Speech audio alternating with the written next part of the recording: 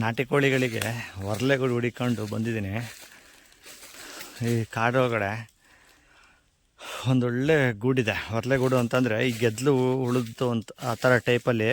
But ಇದು ಗೆದ್ದಲು ಹುಳುಗಳು ಹೂತದಲ್ಲಿ ಕಟ್ಟಿದರೆ ಇದು ಮರದ ಮೇಲೆ ಒಂದು ಗೂಡು ಕಟ್ಟುತ್ತೆ. ಸೊ ಆ ಥರ ನಾನು ಕೋಳಿ ಹುಳಿಗೆ ಹಾಕೋಣ ಅಂತೇಳಿ. ಸೊ ಇಲ್ಲಿ ಒಂದು ಸಿಕ್ಕಿದೆ ನೋಡಿ, ಈ ಥರ ಕಟ್ಟುತ್ತೆ. ಇಲ್ಲಿದೆ ನೋಡಿ, ಮರದ ಮೇಲೆ ಈ ಥರ ಕಟ್ಟುತ್ತೆ. ಇದು ತುಂಬ ಹುಳಗಳಿರ್ತವೆ, ಗೆದ್ದಲೆ ಹುಳಗಳು. ಕೋಳಿಗಳಿಗಂತೂ ತುಂಬ ಒಳ್ಳೆ ಫುಡ್ ಇದು. ನಾಟಿ ಕೋಳಿಗಳು ಸ್ವಲ್ಪನೇ ಬಿಡಲ್ಲ, ತಿಂತವೆ. ಇದನ್ನು ಇವಾಗ ಕಟ್ ಮಾಡಿಕೊಂಡು ತಗೊಂಡು ಹೋಗಬೇಕು. ತುಂಬ ಕೇರ್ಫುಲ್ಲಾಗಿ ಕಟ್ ಮಾಡಬೇಕು, ಎಲ್ಲ ಎದ್ದು ಬಿಡ್ತವೆ ಇಲ್ಲ ಅಂತಂದರೆ. ಇದು ಹೆಂಗೆ ಕಟ್ ಮಾಡೋದು ಅಂತ ನೋಡ್ತಾ ಇದ್ದೀನಿ. ಸ್ವಲ್ಪ ಎತ್ತರ ಇದೆ ಇದು. ಫಸ್ಟು ಇದನ್ನು ಒಂದೇ ಏಟಿ ಹೊಡ್ಕೋಬೇಕು, ಇಲ್ಲ ಅಂತಂದರೆ ಅದು ಎದ್ದು ಬಿಡುತ್ತೆ ಅದು ಫಸ್ಟ್. ಆಯಿತು, ಕಟ್ ಮಾಡಾಯಿತು. ಇವಾಗ ಇದು ಮೇಲ್ಗಡೆ ಸಿಗಾಕೊಂಡಿದೆ, ಅದನ್ನು ಬಿಡಿಸ್ಬೇಕು.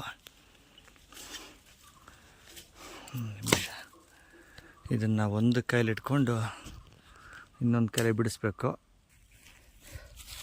ತುಂಬ ವೆಯ್ಟ್ ಇದೆ, ಒಂದು 8-10 kg ಇದೆ ಇದು. ಇಷ್ಟು ಹಿಂಗಿದೆ ಈ ಟೈಪಲ್ಲಿ. ಹೆಂಗೆ ಕಟ್ಟಿದೆ ನೋಡಿ ಗೂಡುಗಳನ್ನ.